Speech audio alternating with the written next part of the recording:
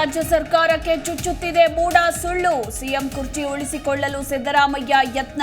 ದೆಹಲಿಯಲ್ಲಿಂದು ಹೈ ನಾಯಕರ ಜೊತೆ ಟಗರು ರಣತಂತ್ರ.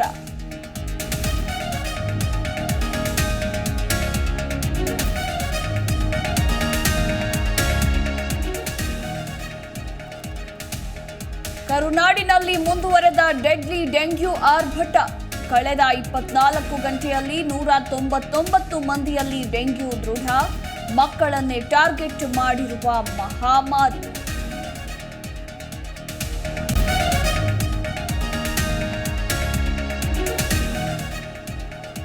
ತುಮಕೂರು ಜನರಿಗೆ ಗುಡ್ ನ್ಯೂಸ್ ನೀಡಿದ ರೈಲ್ವೆ ಇಲಾಖೆ. ಕಲ್ಪತರು ನಾಡಲ್ಲೂ ನಿಲ್ಲಲಿದೆ ವಂದೇ ಭಾರತ್ ಎಕ್ಸ್‌ಪ್ರೆಸ್. ಇಂದು ಸಂಜೆ ಹಸಿರು ನಿಶಾನೆ ತೋರಿಸಲಿರುವ ಸಚಿವ ಸೋಮಣ್ಣ.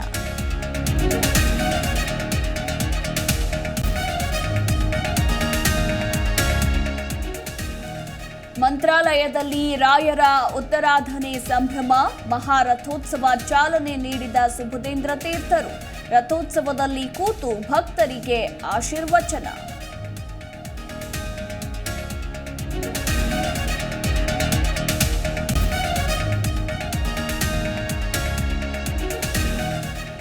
ಸತತ 6ನೇ ಸೋಲಿಗೆ ಕೊರಳೊಡ್ಡಿದ ಶಿವಮೊಗ್ಗ.